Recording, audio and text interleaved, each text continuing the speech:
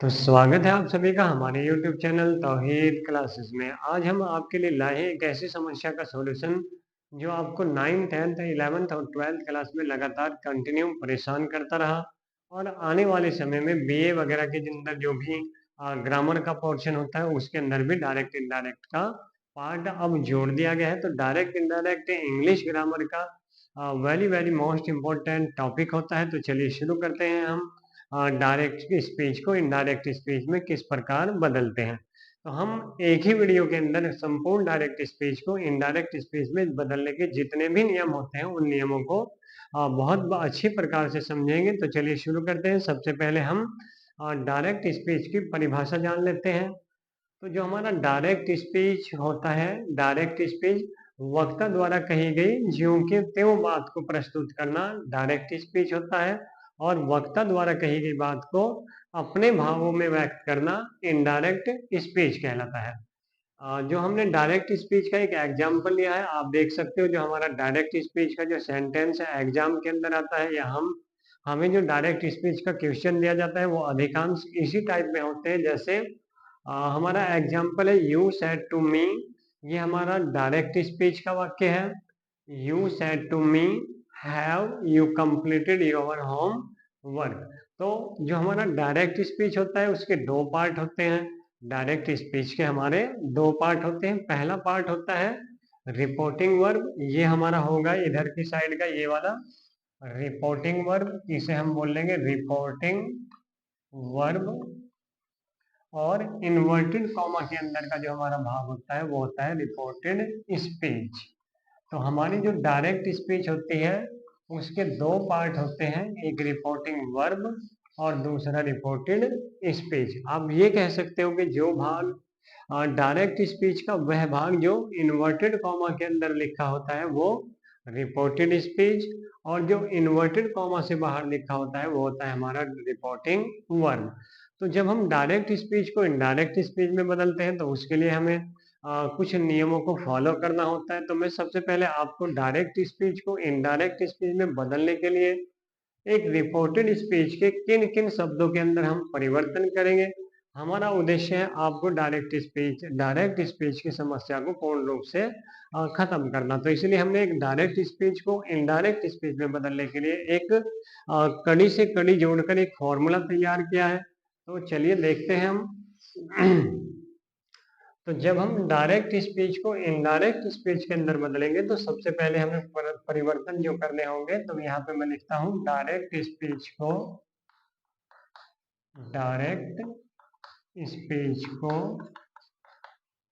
Indirect speech में बदलना। तो हम डायरेक्ट स्पीच को इनडायरेक्ट स्पीच में किस प्रकार बदलेंगे या हम लिख लेते हैं बदलने के नियम। तो हमें किन शब्दों के अंदर परिवर्तन करना होगा, तो सबसे पहले देखते हैं हमें जब हम डायरेक्ट स्पीच को इनडायरेक्ट स्पीच में बदलेंगे तो सबसे पहले हमें परिवर्तन करना होता है सैड टू में। तो हमारा जो पहला नियम होगा वो होगा सैड टू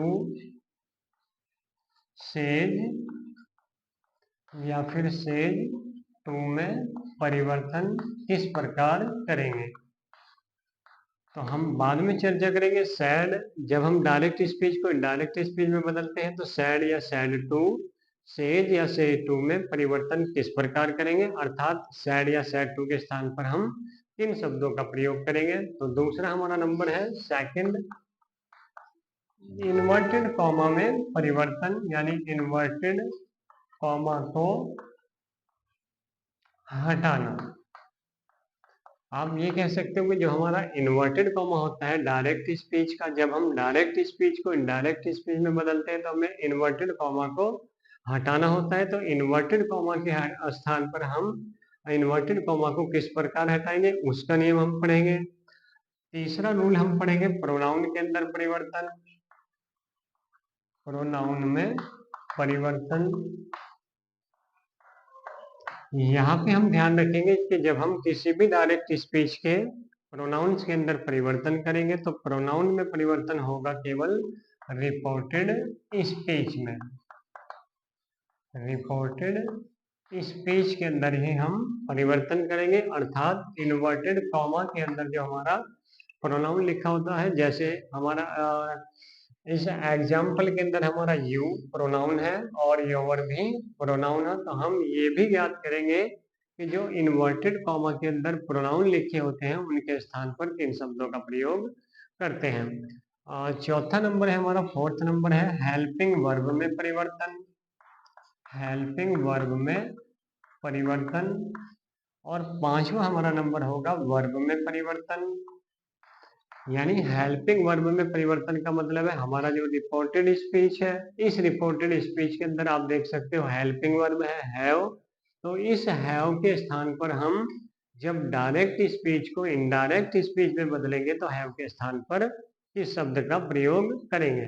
नेक्स्ट है हमारा वर्ब में परिवर्तन। जब हम वर्ब में परिवर्तन करेंगे तो वर्ब में परिवर्तन करने के लिए यानी हमारी जो रिपोर्टेड स्पीच के अंदर वर्ब लिखी होती है, जैसे हमारा कंप्लीटेड लिखा हुआ है, तो इस कंप्लीटेड के स्थान पर जब हम डायरेक्ट स्पीच को इनडायरेक्ट स्पीच में बदलेंगे तो किस प्रकार उसके अंदर परिवर्तन करेंगे। नेक्स्ट होता है हमारा 6 नंबर समय में परिवर्तन। समय में परिवर्तन, तो जब हम डायरेक्ट स्पीच को इनडायरेक्ट स्पीच के अंदर बदलते हैं और डायरेक्ट स्पीच के अंदर समय दिया होता है, जैसे आप देख सकते हो ये हमारी डायरेक्ट स्पीच का वाक्य है, इसकी जो रिपोर्टेड स्पीच है उस रिपोर्टेड स्पीच के अंदर समय लिखा है टुडे, तो टुडे के अंदर हम परिवर्तन किस प्रकार करेंगे ये भी जानेंगे। तो हम जब एक डायरेक्ट स्पीच को इनडायरेक्ट स्पीच में बदलते हैं तो डायरेक्ट स्पीच के इन शब्दों के अंदर परिवर्तन करना होता है, जैसे हमने पहला नंबर लिया said, said said to says to में परिवर्तन। इन्वर्टेड कॉमा हटाकर किस शब्द का प्रयोग करेंगे। थर्ड है हमारा प्रोनाउन में परिवर्तन, यानी रिपोर्टेड स्पीच के अंदर जो प्रोनाउन होंगे उनके अंदर परिवर्तन कैसे होगा।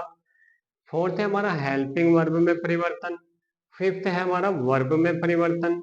और सिक्स है हमारा समय में परिवर्तन।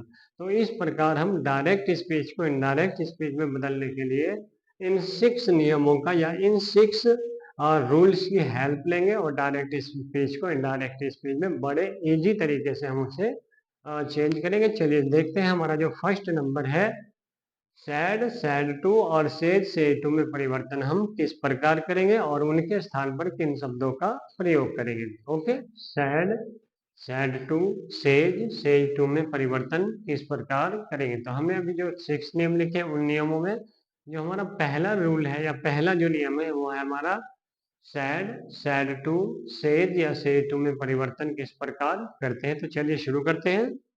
तो जब हमारा सैड सैड टू या सेड टू में हम परिवर्तन करेंगे तो सबसे पहले हम ध्यान रखेंगे यदि इन्वर्टेड कॉमा के इन्वर्टेड कॉमा के अंदर का वाक्य सब्जेक्ट से आरंभ हुआ हो, सब्जेक्ट से आरंभ हुआ हो। तो यदि इन्वर्टेड कॉमा के अंदर का वाक्य सब्जेक्ट से आरंभ हुआ हो तो हुआ हो तो ऐसे वाक्यों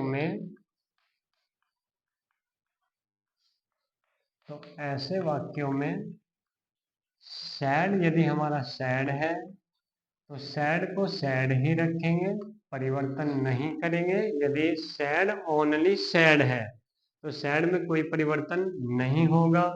यदि हमारा सैड टू हो तो सैड टू को टोल्ड में परिवर्तित करेंगे। यदि हमारा ओनली सेज है तो सेज को सेज ही रखेंगे और सेज टू हो तो टेल्स का प्रयोग करेंगे।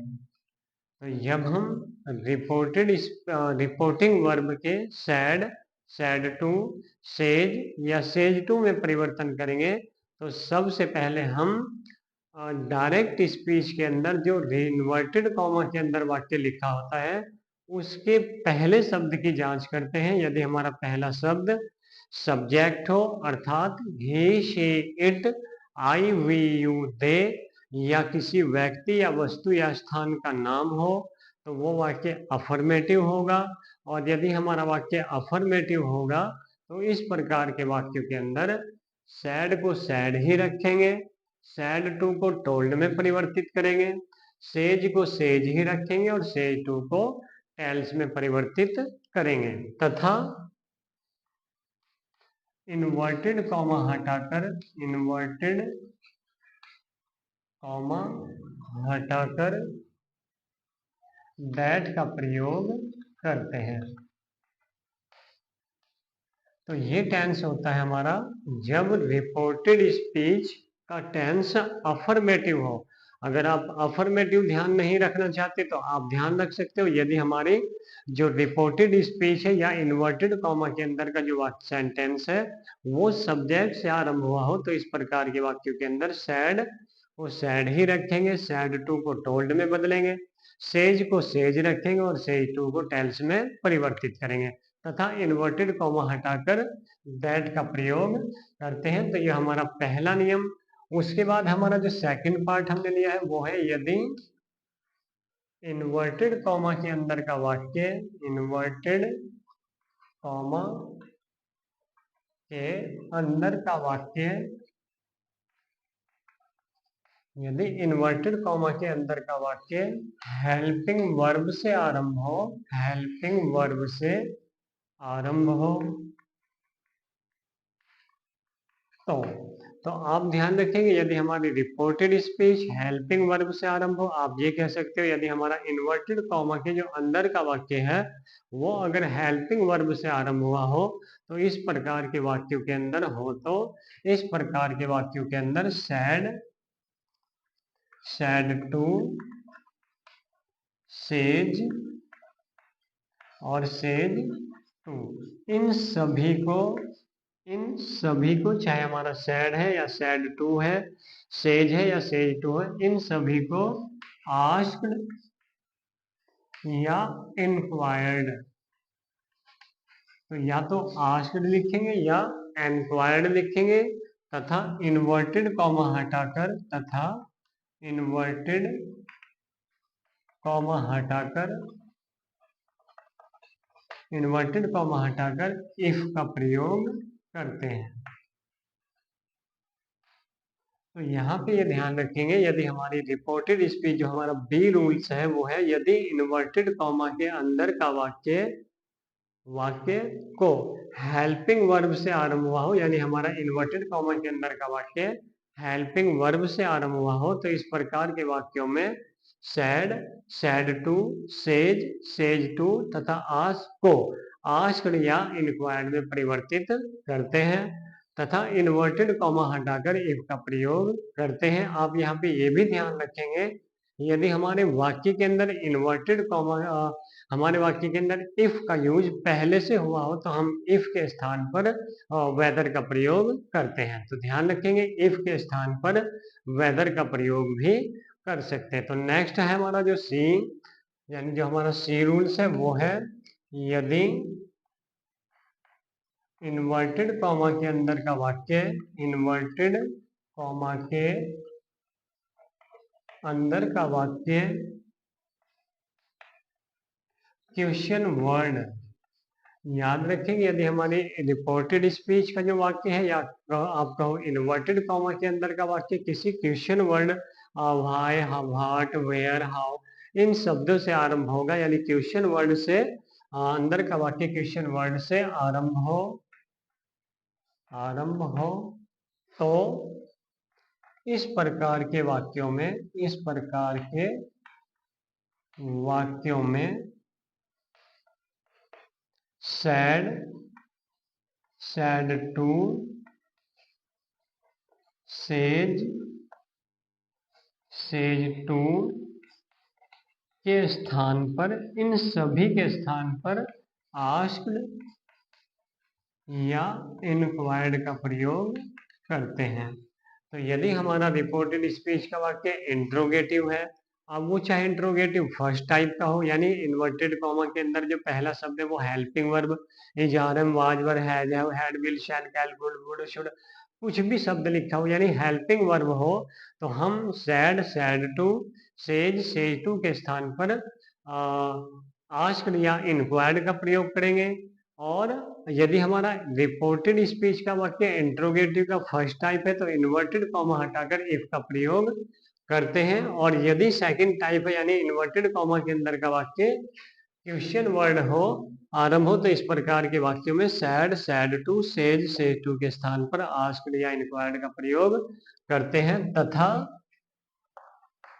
इन्वर्टेड कॉमा हटाकर किसी भी शब्द का प्रयोग नहीं करेंगे, नहीं करेंगे, नहीं करेंगे, नहीं करेंगे।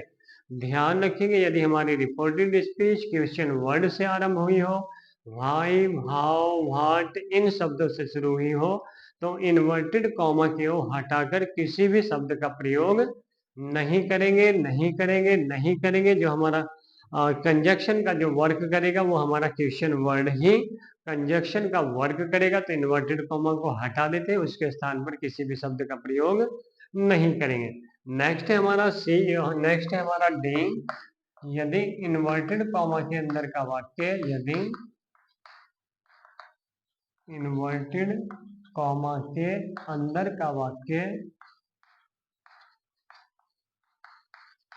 वर्ब से आरंभ हो, वर्ब से आरंभ हो, तो इस प्रकार के वाक्यों में, इस प्रकार के वाक्यों में ध्यान रखेंगे यहाँ पर, अगर हमारा वाक्य इम्परेटिव सेंटेंस है यानी रिपोर्टेड स्पीच का वाक्य इम्परेटिव सेंटेंस है, इम्परेटिव सेंटेंस यानी वाक्य वर्ब से आरंभ हुआ हो, डोंट से आरंभ हुआ हो, प्लीज शब्द से आरंभ हुआ हो, तो इस प्रकार के जो टेंस होंगे हमारे वो होंगे इम्परेटिव सेंटेंस। तो इस प्रकार के वाक्यों के अंदर रिपोर्टेड स्पीच के भाव के अनुसार सैड या सैड टू में परिवर्तन करते हैं, तो वाक्य के भाव के अनुसार ही सैड या सैड टू में परिवर्तन होगा। तो मैं लिख देता हूं, वर्ब से आरंभ होता है इस प्रकार के वाक्यों में said, said to, says, says to में निम्न परिवर्तन करते हैं, निम्न परिवर्तन करते हैं। तो हमारा ध्यान रखेंगे, देखो आज्ञा होगा, आज्ञा का भाव होगा तो ऑर्डर का प्रयोग करेंगे सैड या सैड टू के स्थान पर। और अगर निवेदन का भाव होगा, निवेदन का भाव होगा तो एडवाइस का प्रयोग, सॉरी निवेदन का भाव होगा तो रिक्वेस्टेड का प्रयोग करेंगे। यदि परामर्श का भाव होगा, परामर्श का भाव होगा तो एडवाइस का प्रयोग करेंगे।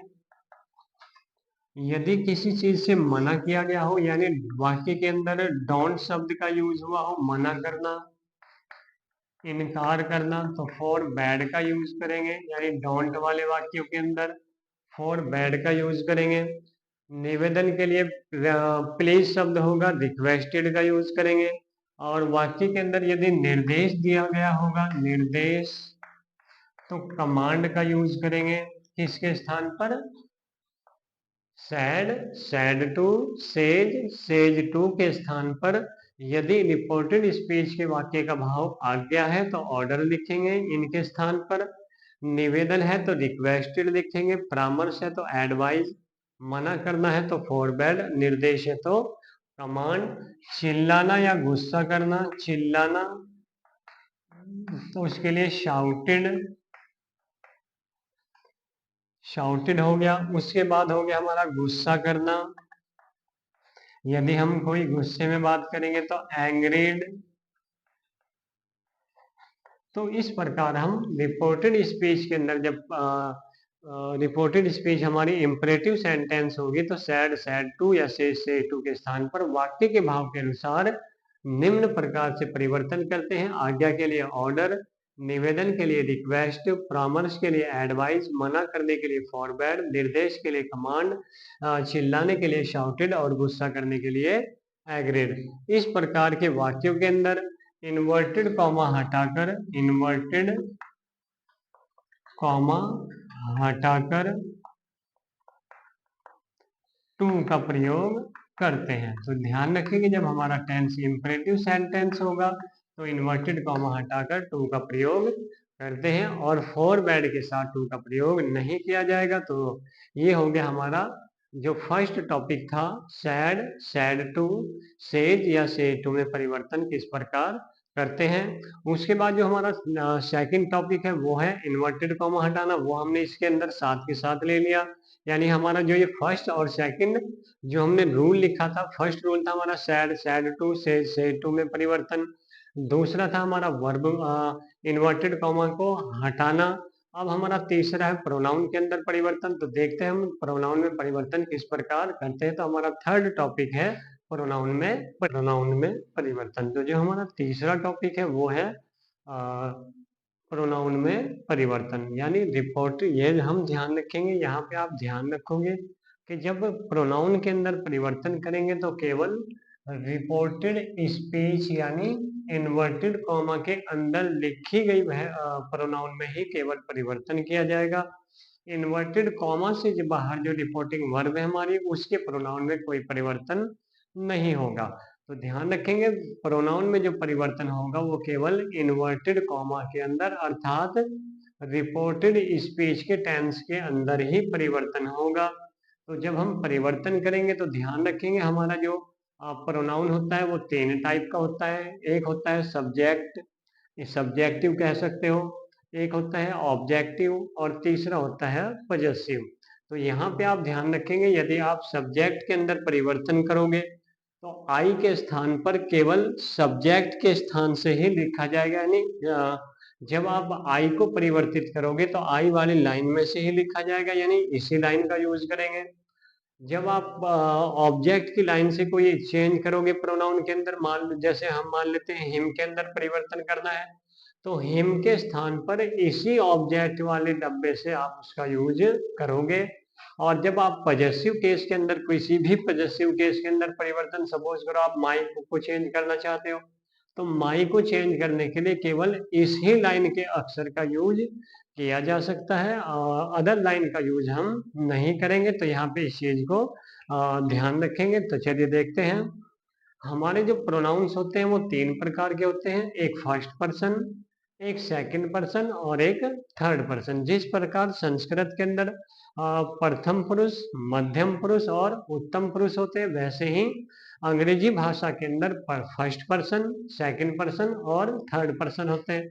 तो जो हमारे आई और वी होते हैं ये होते हैं हमारे फर्स्ट पर्सन, फर्स्ट। यू अकेला होता है हमारा सेकंड पर्सन, और जो हमारा ही, शी, इट और दे होते हैं ये होते हैं हमारे थर्ड पर्सन। तो प्रोनाउन हमारे तीन टाइप के हैं, फर्स्ट पर्सन, सेकंड पर्सन और थर्ड पर्सन। तो जब हम फर्स्ट पर्सन के अंदर परिवर्तन करेंगे यानी आई और वी, मी और अस या माई और आवर के अंदर चेंज करोगे, तो ध्यान रखेंगे जब हम इन फर्स्ट पर्सन के अंदर परिवर्तन करेंगे तो फर्स्ट पर्सन के अंदर जब परिवर्तन होगा तो वो रिपोर्टिंग वर्ब के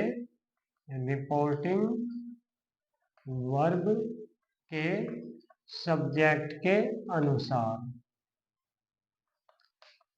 तो जब आप फर्स्ट पर्सन के अंदर परिवर्तन करोगे तो रिपोर्टिंग वर्ब के सब्जेक्ट के अनुसार। अब यहाँ बहुत से बच्चों को कंफ्यूज हो जाता है रिपोर्टिंग वर्ब का सब्जेक्ट क्या होता है। तो उसके लिए मैंने समझाने के लिए आपके लिए एक एग्जाम्पल लिया है। एग्जाम्पल है हमारा, you said to me why have you read my book. तो अभी हमने पढ़ा कि जो फर्स्ट पर्सन के प्रोनाउन में परिवर्तन होगा तो रिपोर्टिंग वर्ब के सब्जेक्ट के अनुसार। तो हमारा ये डायरेक्ट स्पीच है। इस डायरेक्ट स्पीच की जो हमारी रिपोर्टेड स्पीच, इन्वर्टेड कॉमा के अंदर का वाक्य, हमारा जो क्वेश्चन वर्ड है वो भाई आरंभ में लिखा हुआ, इसलिए हम सैड टू की जगह आज कर लिखेंगे। हमने पहले नियम में पढ़ा था इन्वर्टेड कॉमा हटाकर किसी शब्द का प्रयोग नहीं करेंगे। वाई जू का त्यों रखा जाएगा। यू हमारा सेकंड पर्सन है तो यू की अभी हम बात नहीं करेंगे। माई हमारा फर्स्ट पर्सन है और फर्स्ट पर्सन को हमने पढ़ा रिपोर्टिंग वर्ब के सब्जेक्ट के अनुसार। तो हमारा रिपोर्टिंग वर्ब है ये। अब इस रिपोर्टिंग वर्ब के अंदर सब्जेक्ट क्या होगा, जो शब्द सैड से पहले लिखा हुआ। तो हमारा सब्जेक्ट यू और ऑब्जेक्ट क्या हुआ, मी। तो जब हम माई के अंदर परिवर्तन करेंगे तो यू के अनुसार, और जब यू हमारा सेकंड पर्सन है, अभी मैं लिख देता हूं, जब हम सेकंड पर्सन के अंदर परिवर्तन करेंगे अर्थात यू के अंदर परिवर्तन करेंगे तो रिपोर्टिंग वर्ब के ऑब्जेक्ट के अनुसार, तो हम रिपोर्टिंग वर्ब के ऑब्जेक्ट के अनुसार सेकंड पर्सन के अंदर परिवर्तन करेंगे।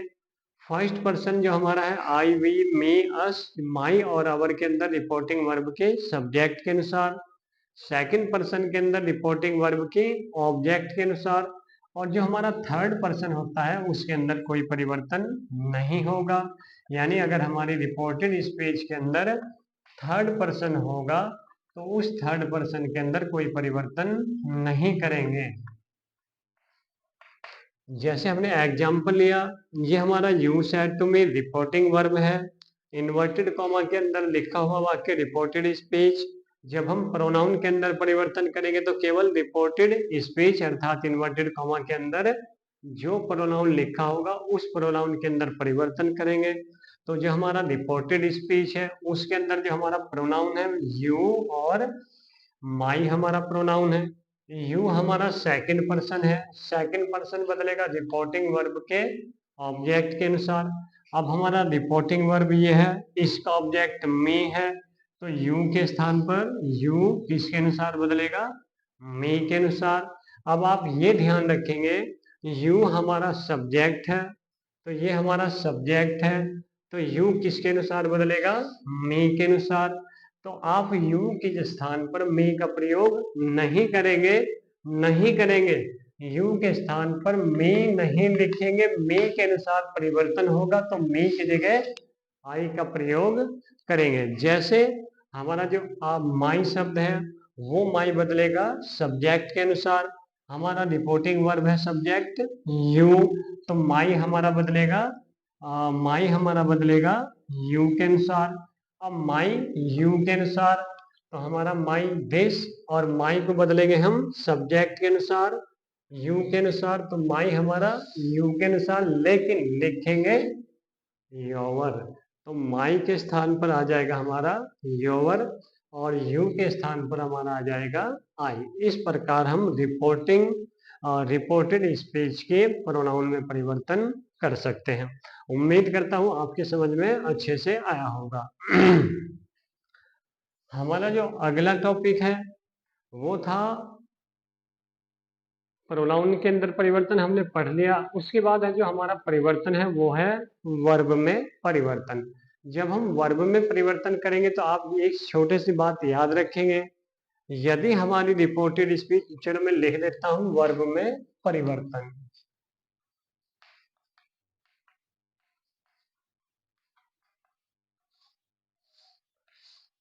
तो फिलहाल हम पढ़ेंगे रिपोर्टेड स्पीच की हेल्पिंग वर्ब जो हमारी होगी उसमें परिवर्तन कब नहीं करेंगे।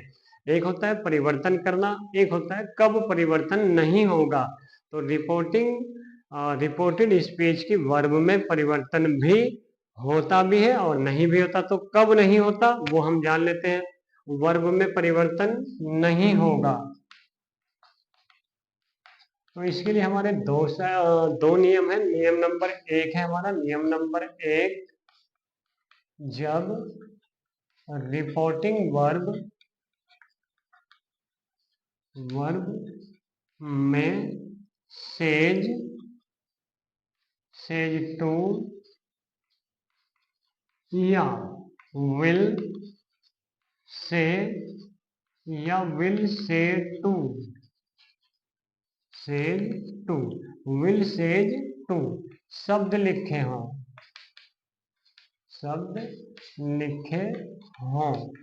तो रिपोर्टेड स्पीच अर्थात तो इन्वर्टेड कॉमा के वाक्य की हेल्पिंग वर्ब में परिवर्तन नहीं होगा, हेल्पिंग वर्ब में परिवर्तन नहीं होगा। तो हमारा वर्ब में जब हम परिवर्तन करते हैं रिपोर्टेड स्पीच की, तो रिपोर्टेड स्पीच की हेल्पिंग वर्ब में परिवर्तन करने के लिए सबसे पहले हम जांच कर लेंगे कि जो हमारी रिपोर्टिंग वर्ब है यानी इन्वर्टेड कॉमा से जो हमारा वाक्य बाहर है उस वाक्य के अंदर यदि सेज या सेज टू, विल से या विल से टू, अर्थात वाक्य यदि प्रेजेंट या फ्यूचर में हो तो रिपोर्टेड स्पीच के वाक्य की हेल्पिंग वर्ब में कोई परिवर्तन नहीं होगा। ये हमारा पहला नियम। और जो हमारा दूसरा नियम होता है वो होता है यदि रिपोर्टेड स्पीच का वाक्य, रिपोर्टेड स्पीच का वाक्य यूनिवर्सल ट्रुथ हो, यूनिवर्सल ट्रुथ हो, तो इस प्रकार के वाक्य में भी, तो इस प्रकार के वाक्य के भी, वाक्य की भी, वाक्य के भी रिपोर्टेड, इस प्रकार के वाक्य के भी हेल्पिंग वर्ब में परिवर्तन नहीं होगा। तो जब हम डायरेक्ट स्पीच को इनडायरेक्ट स्पीच में बदलते हैं तो रिपोर्टेड स्पीच के अंदर जो हेल्पिंग वर्ब होती है उस हेल्पिंग वर्ब के अंदर परिवर्तन होता भी है और नहीं भी होता। जब परिवर्तन नहीं होगा उसके लिए हमारे पास दो रूल होते हैं। वो रूल कैसे होंगे? नियम नंबर 1 है हमारा, जब रिपोर्टेड वर्ब में, रिपोर्टिंग वर्ब में says, says to, will say या विल सेज टू शब्द लिखे हो तो इन्वर्टेड कॉमा के वाक्य के हेल्पिंग वर्ब में परिवर्तन नहीं होगा। और दूसरा हमारा रूल है, यदि रिपोर्टेड स्पीच अर्थात इन्वर्टेड कॉमा के अंदर के वाक्य हमारा यूनिवर्सल ट्रूथ हो तो भी हम इस प्रकार के वाक्य के हेल्पिंग वर्ब में कोई परिवर्तन नहीं करते। तो ध्यान रखेंगे हमारी जो रिपोर्टेड स्पीच है उसके हेल्पिंग वर्ब में परिवर्तन होता भी है और नहीं भी होता। तो यदि आपको ये समझ आया हो तो प्लीज वीडियो को लाइक करें, शेयर करें। और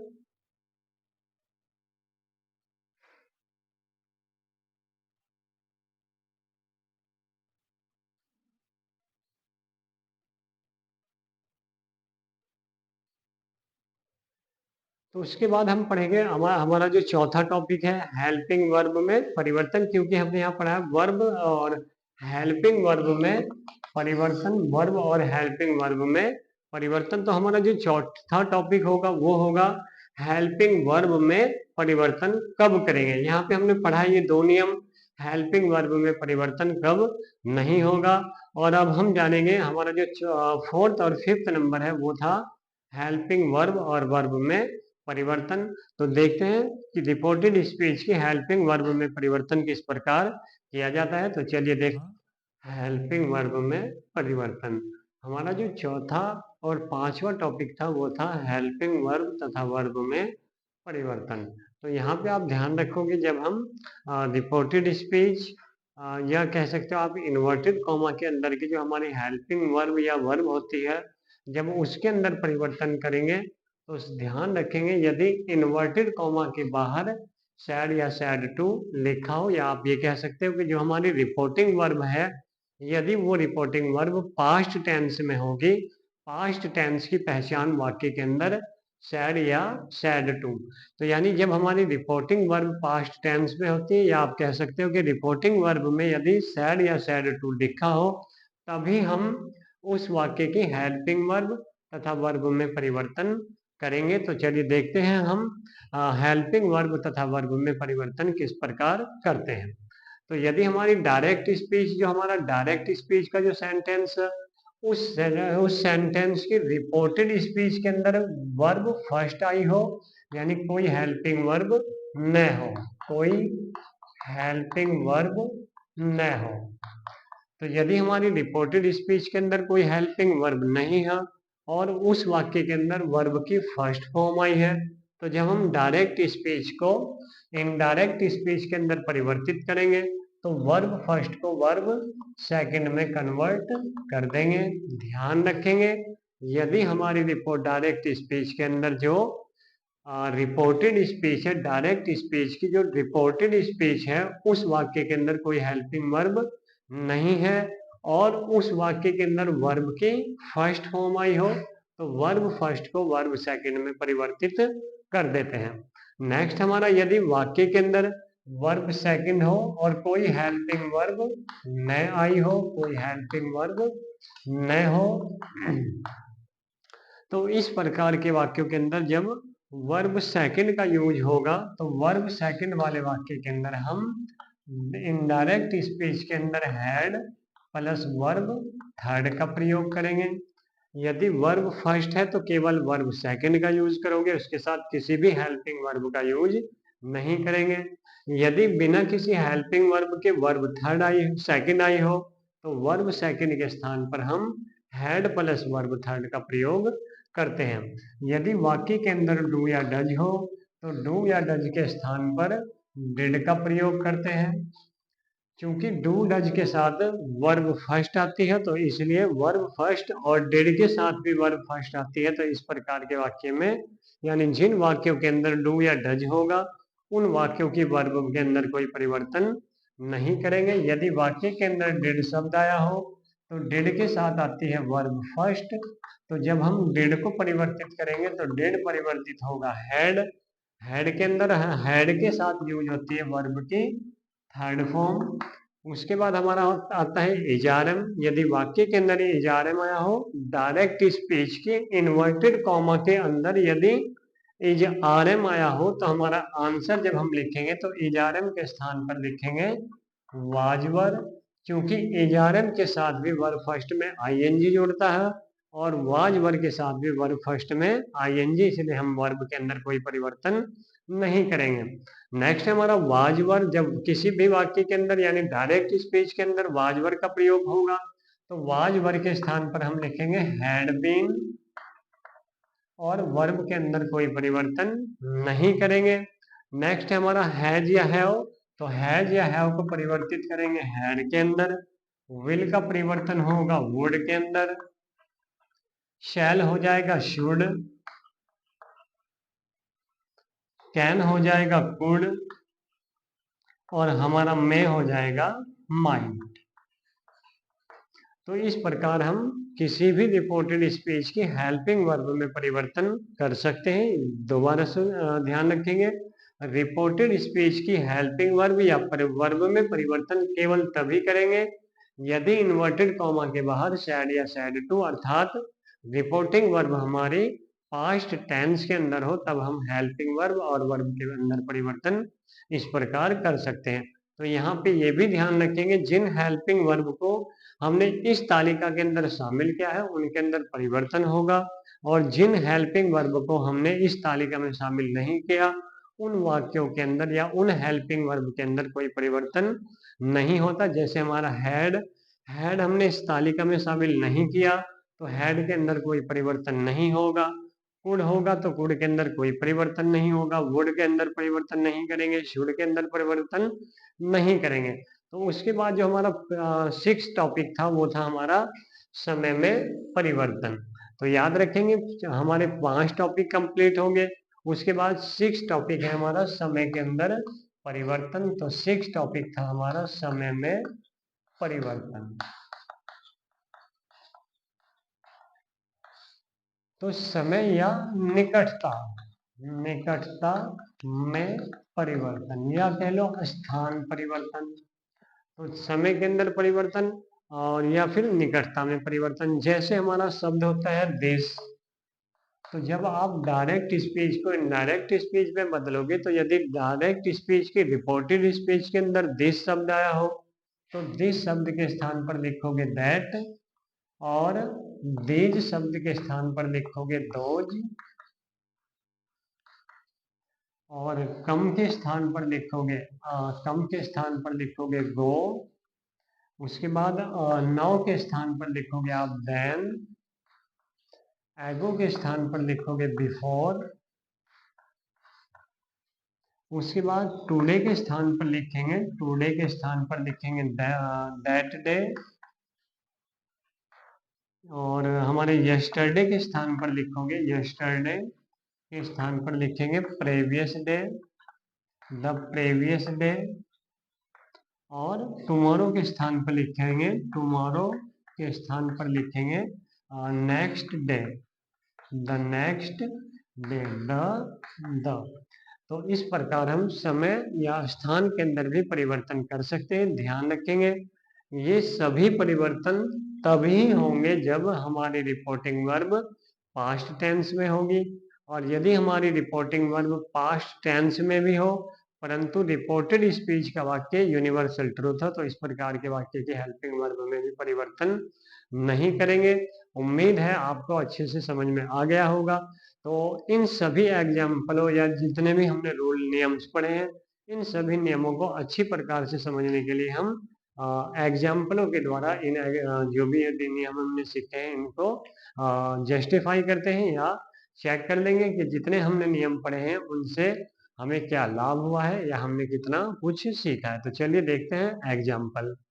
एग्जाम्पल्स का यूज करते हैं। तो हमारा पहला एग्जाम्पल है, Sohan said to Geeta, you have done my work today.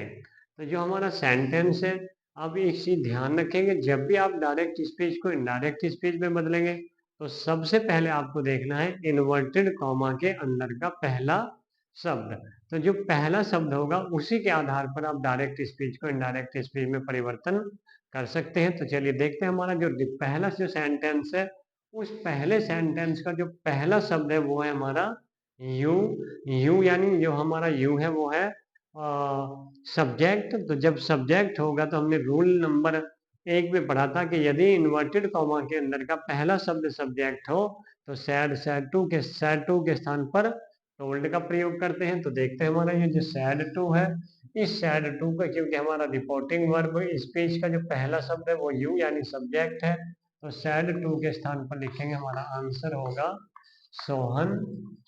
Sad to के स्थान पर लिखोगे टोल्ड, गीता जू का तू रखेंगे, इन्वर्टेड कॉमा हटाकर यूज करेंगे दैट। उसके बाद हम एंट्री करें रिपोर्टेड स्पीच के अंदर यानी इन्वर्टेड कॉमा के अंदर, और जब इन्वर्टेड कॉमा के अंदर जाते हैं तो सबसे पहले हमें टकराना होता है प्रोनाउन से। तो प्रोनाउन हमारा है यू, और यू हमारा है सेकंड पर्सन। सेकंड पर्सन बदलेगा ऑब्जेक्ट के अनुसार, हमारा ऑब्जेक्ट है गीता, तो यू बदलेगा गीता के अनुसार। अब गीता है लड़की, लड़की के लिए यूज करेंगे शी, तो यू के स्थान पर लिखेंगे शी, तो ये हो गया हमारा यू का शी।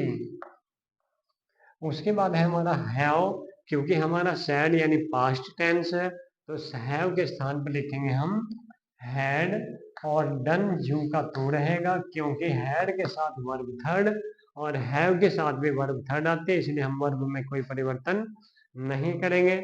ये हमारा माई है, माई हमारा प्रोनाउन, और प्रोनाउन है जब फर्स्ट पर्सन हो तो वो बदलेगा रिपोर्टिंग वर्ब के सब्जेक्ट के अनुसार। हमारा रिपोर्टिंग वर्ब का सब्जेक्ट है सोहन, और सोहन है लड़का, लड़के के लिए यूज करेंगे ही, तो माई को बदलेंगे सोहन के अनुसार। सोहन है ही, तो माई को बदलेंगे ही के अनुसार। माई वाली लाइन के अंदर ही के सामने आप जब देखोगे तो वहां मिलेगा आपको हेज, और वर्क जूम का तुम, और टुडे की जगह रखेंगे दैट डे। तो ये हो जाते हैं हमारे पहले सेंटेंस की इनडायरेक्ट स्पीच। तो देखते हैं हमारा दूसरा सेंटेंस। दूसरा सेंटेंस है हमारा, you said to me are you going to his house today. तो आप देख सकते हो हमारा जो दूसरा सेंटेंस है वो सेंटेंस हमारा हेल्पिंग वर्ब से आरंभ। यदि हमारी इन्वर्टेड कॉमा के अंदर का वाक्य का जो पहला शब्द है वो हेल्पिंग वर्ब, तो हेल्पिंग वर्ब के कारण जो हमारा सैड टू होता है उसे बदलते हैं आस्क्ड के अंदर, और इन्वर्टेड कॉमा हटाकर इफ का प्रयोग करेंगे। तो देखते हैं यू सैड टू को बदलेंगे आस्क्ड के अंदर, तो आस्क्ड मी, इन्वर्टेड कॉमा हटाकर लिखेंगे इफ, तो ये हो गया हमारा रिपोर्टिंग वर्ब में परिवर्तन। उसके बाद हम एंटर करते हैं किसके अंदर, रिपोर्टेड स्पीच के अंदर। ध्यान रखेंगे जब भी हम डायरेक्ट स्पीच को इनडायरेक्ट स्पीच के अंदर बदलते हैं तो जो हमारा रिपोर्टेड स्पीच होता है वो हमारा सदैव अफर्मेटिव सेंटेंस के अंदर ही होना चाहिए। तो हम हेल्पिंग वर्ब यू के बाद लिखेंगे, पहले लिखेंगे सब्जेक्ट, तो हमारा सब्जेक्ट है यू, तो यू बदलेगा ऑब्जेक्ट के अनुसार, और ऑब्जेक्ट है हमारा मी, तो यानी यू बदलेगा मी के अनुसार। तो जो हमारा यू है वो सब्जेक्ट है और मी हमारा ऑब्जेक्ट है। तो यू को बदलेंगे मी के अनुसार। आप देखोगे यू को मी के साथ लेके जाओगे और मी के सामने सब्जेक्ट वाली लाइन में मिलेगा आपको आई, तो यू के स्थान पर लिखेंगे आई। जिन वाक्यों के अंदर एजारम का यूज होगा उनके अंदर लिखेंगे वाज वर्ग का, तो आर को हटा के यहाँ लिखेंगे हम वाज। तो आई वाज गोइंग, यू का तो रहेगा क्योंकि वाज के साथ वर्ब फर्स्ट में आईएनजी। टू, ये हिज हमारा प्रोनाउन है, प्रोनाउन लेकिन थर्ड पर्सन है तो इसलिए थर्ड पर्सन के प्रोनाउन में कोई परिवर्तन नहीं होता, तो हिज हमारा हिज ही रहेगा। हाउस और टुडे को लिखेंगे दैट डे। तो हमारा जो तीसरा एग्जाम्पल वो है father said to me why did you not go to my school. तो देखते हैं हमारा पहला शब्द है व्हाई यानी इंट्रोगेटिव का सेकंड टाइप। हमने पढ़ा था यदि रिपोर्टेड स्पीच का जो पहला शब्द है वो क्वेश्चन वर्ड हो तो said said to, says says to, सभी के स्थान पर आस्क्ड का प्रयोग करते हैं। तो फादर हमारा झुमका तो रहेगा फादर, सैड टू के स्थान पर लिखेंगे आस्क्ड और ये मी झुमका तो रहेगा। इन्वर्टेड, इस प्रकार के वाक्यों के अंदर इन्वर्टेड को हटाकर किसी भी शब्द का प्रयोग नहीं करते, हमारा क्वेश्चन वर्ड ही कंजक्शन का वर्क करेगा। उसके बाद हम हेल्पिंग वर्ब का यूज नहीं करेंगे क्योंकि हमें बनाना है अफर्मेटिव सेंटेंस। तो जब अफर्मेटिव सेंटेंस बनाएंगे तो पहले लिखना होगा हमें यू, और यू हमारा है सेकंड पर्सन, वो बदलेगा मी के अनुसार। तो यू बदलेगा मी के अनुसार। मी का जो हमारा सब्जेक्ट है वो है आई, तो यू के स्थान पर लिखेंगे आई। ये हमारा डिड है, डिड किसके अंदर परिवर्तित होगा हैड के अंदर। तो आई हैड नॉट, क्योंकि हैड के साथ लगेगी वर्ब फर्स्ट, तो वर्ब फर्स्ट यानी verb second, sorry verb second, go की सेकंड फॉर्म होगी गॉन। टू, ये हो गया हमारा माई, और माई होता है हमारा फर्स्ट पर्सन, फर्स्ट पर्सन बदलेगा पिताजी के अनुसार। फर्स्ट पर्सन माई, माई बदलेगा पिताजी के अनुसार, पिताजी हैं पुरुष तो ही, और माई वाली लाइन में ही के सामने तुम देखोगे तो मिलेगा हिज स्कूल। तो ये हो गया हमारा तीसरा क्वेश्चन। नेक्स्ट है हमारा question the teacher said to the boys sit down and do your homework. आप देख सकते हो रिपोर्टेड स्पीच का पहला शब्द है सिट यानी वर्ब बैठना, और जब रिपोर्टेड स्पीच का पहला शब्द वर्ब हो तो इस प्रकार के वाक्यों के अंदर हमें सैड टू या से टू के स्थान पर वाक्य के भाव के अनुसार परिवर्तन करना होता है। तो देखते हैं हमारा सिट डाउन बैठ जाओ, एंड और डू योर होमवर्क और अपना कार्य करो। तो अध्यापक ने किससे कहा बच्चों से, तो आज्ञा दी, तो सैड टू को बदलेंगे ऑर्डर्ड के अंदर। तो द टीचर सैड टू के स्थान पर ऑर्डर द बॉयज, इन्वर्टेड को वहां हटाकर to sit down and do.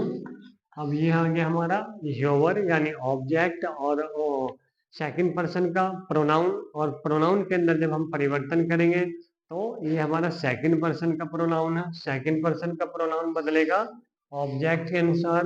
To the boys यानी लड़के, और लड़कों के लिए देम, तो यहाँ पे हम यूज करेंगे दे का योर के सामने देयर होमवर्क।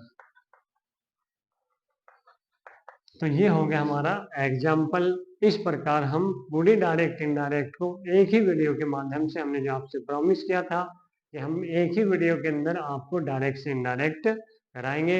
यदि आपको वीडियो पसंद आई हो और हमारी मेहनत पसंद आई हो तो प्लीज़ चैनल को सब्सक्राइब करें, दोस्तों को शेयर करें और लाइक करें। वीडियो पसंद